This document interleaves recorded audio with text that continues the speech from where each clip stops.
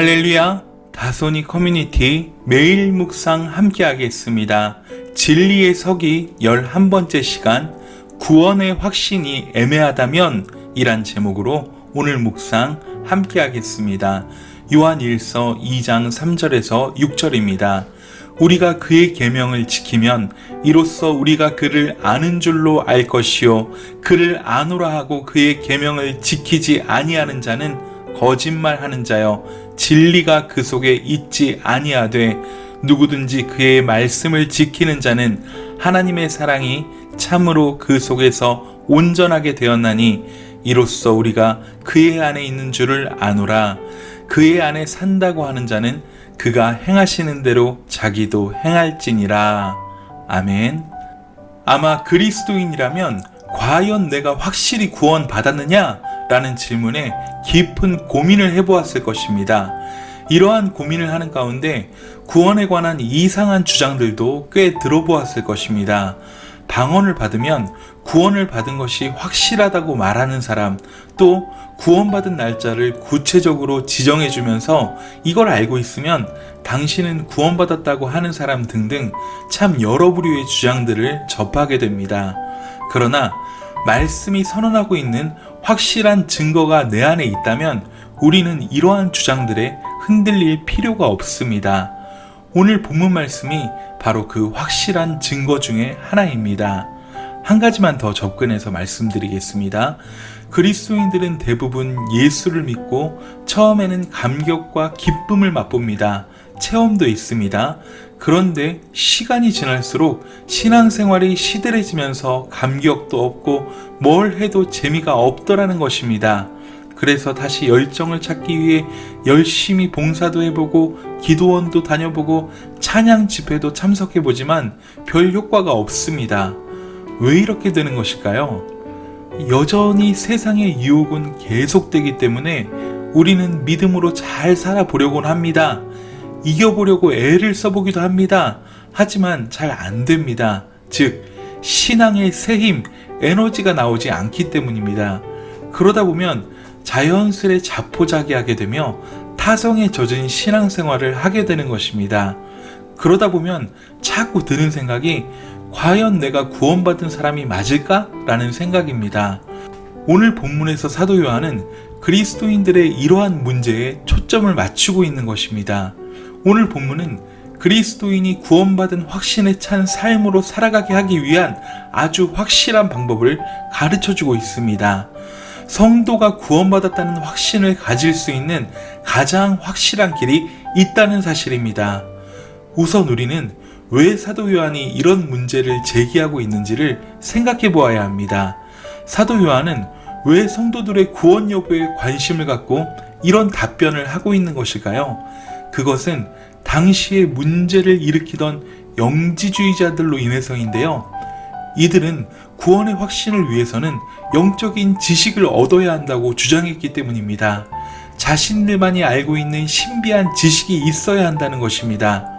또 어떤 사람들은 감정적인 체험을 통해서 신을 안다는 신비의 영향으로 신과의 감정적인 연합을 주장하는 사람들도 있었습니다. 즉, 신비적인 체험이나 이적과 기사를 통해서 구원이란 것을 안다는 것입니다. 제가 어렸을 때로 기억하는데요. 한때 우리 한국교회는 교회가 귀신 노름에 휩싸였던 때가 있었습니다. 또 어떤 때는 방언을 하지 못하면 구원을 받지 못한 것이라고 과장되게 말하던 때도 있었습니다. 이로 인해 정말 문제가 많았었던 것으로 기억됩니다. 그런데요, 여러분, 왜 이런 체험 위주의 신비적 신앙이 문제가 되는 것입니까? 요한계시록 12장과 13장을 통해서 우리는 그 답을 알 수 있습니다. 사단도 광명의 천사처럼 위장을 하기 때문입니다. 마치 자신을 어린 양처럼 보이기도 합니다. 그런데 그 짐승이 행하는 기적을 보십시오. 바다에서 올라온 짐승은 머리 하나가 죽었던 것처럼 되었다가 다시 살아나는 기적을 행합니다. 마치 예수님의 죽음과 부활을 보는 듯합니다. 하늘에서 불이 내려오게 하고 온갖 희한한 기적들을 행하는데요. 땅에 속한 사람들은 전부 그 짐승들에게 경배했습니다. 체험 위주의 신앙이 위험한 이유는 말씀을 등한시한 채 이런 신비를 쫓아가다가 하나님이 원하시는 정반대의 길인 사단이 원하는 길로 갈 위험이 아주 크기 때문입니다. 여러분, 체험이 불필요하다는 것은 아닙니다. 체험은 필요한 것입니다. 우리 주님도 아직 어린 신자들에게 믿음을 가르치시기 위해서 주로 체험이란 방법을 사용하셨습니다. 얼마나 많은 사람들이 주님이 베푸시는 기적의 수혜자들이 되었습니까? 그러나 그것이 우리를 구원의 감격으로 인도하지는 않습니다. 그것들은 단지 잠시의 열렬한 기쁨으로 끝나고 맙니다. 체험이 필요 없다는 것이 아닙니다. 거기서 더 나아가야만 성숙한 그리스도인이 될 수 있다는 말입니다. 오늘 본문을 보십시오. 우리가 구원받았다는 사실을 어떻게 알 수 있습니까? 계명을 지킴으로 우리가 하나님의 자녀란 것을 안다고 말씀합니다. 여기 안다라는 말은 너무나도 중요한 말입니다. 성경에서 믿음과 관련해서 이 안다라는 말이 핵심적으로 등장하는데요. 여기에 사용된 안다라는 단어는 히브리어로 야다라는 단어입니다. 제가 신학교 시절 히브리어 강독 시간에 이 야다라는 단어를 공부하면서 정말 큰 은혜를 받은 기억이 있는데요. 히브리어 야다라는 단어는 구원과 관련해서 매우 자주 사용되는 말로서 아내가 남편을, 남편이 아내를 안다고 할 때 사용했던 말입니다. 즉, 이 안다라는 것의 깊이와 넓이와 높이가 이론적이고 사변적인 알미 아니란 것입니다. 결혼해서 부부로 살아보신 분들은 이 말이 어떤 의미인지를 충분히 이해하실 것입니다. 연애 시절에 알았던 나의 아내 그리고 나의 남편은 빙산의 일각에 불과합니다. 결혼해서 온전히 하나가 되어 살다 보면 한 사람의 인격과 삶을 올바르게 알아가기 시작하는 것입니다. 그러니까 본문에서 안다라는 말은 흔들리는 믿음이 아닙니다. 이러한 알은 흔들리고 미혹당하는 그런 수준이 아닙니다. 경험을 통해서 구체적으로 아는 이 알은 어떤 유혹으로도 쉽게 흔들리지 않는 믿음인 것입니다. 이것은 사변적인 지식이나 이론적인 알미 아니라 경험으로 안다는 것입니다. 실제로 경험되는 지식, 구체적인 생활 속에서 하나님의 뜻을 접촉함으로써 아는 것입니다.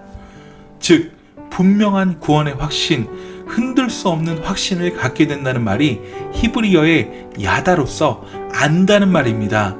어떻게 행동할 때 이렇게 확고한 안다에 이르게 되는 것입니까? 바꿔 말하면 어떻게 살아갈 때 구원의 확신을 갖게 된다는 것입니까? 그렇습니다. 계명을 지킬 때입니다. 계명을 지킬 때에만이 이러한 분명한 알을 통한 구원의 확신에 이르게 된다는 것입니다. 이 부분을 현대인의 성경은 이렇게 번역했습니다. 우리가 하나님의 계명을 지키면 이것으로 우리는 그분을 안다는 확신을 갖게 됩니다. 그런데요, 우리가 여기서 주의해야 될 것은 순서가 뒤바뀌면 곤란합니다. 계명을 지켜서 구원을 받는 것이 아닙니다. 계명을 지키면 그제야 내 안에 계신 성령님의 실체가 깨달아지고 말씀의 의미가 이해되는 것입니다. 즉, 순종이 없이는 구원의 기쁨과 감격도 없다는 말입니다. 말씀대로 살려는 노력이 없이는 구원의 확신도 없다는 말입니다. 그래서 4절에 순종이 없는 신앙 고백자들은 거짓말쟁이고 진리가 그 속에 없다고 말씀하고 있는 것입니다. 여러분, 분명한 구원의 확신을 가지고 신앙생활을 하기를 원하십니까? 그렇다면 계명을 지키십시오. 말씀에 순종하십시오. 사랑하고 섬기고 낮아지십시오. 감사하며 베풀고 나누십시오. 매일매일 주시는 말씀에 순종하려는 노력보다 더 귀한 것은 없습니다. 그런데 정말 신기한 일은요, 그런 순종의 삶을 살아가는 성도들은 회의에 빠지지 않는다는 것입니다. 내가 구원 받았는지 안 받았는지 그런 것 등으로 혼란을 겪지 않는다는 것입니다.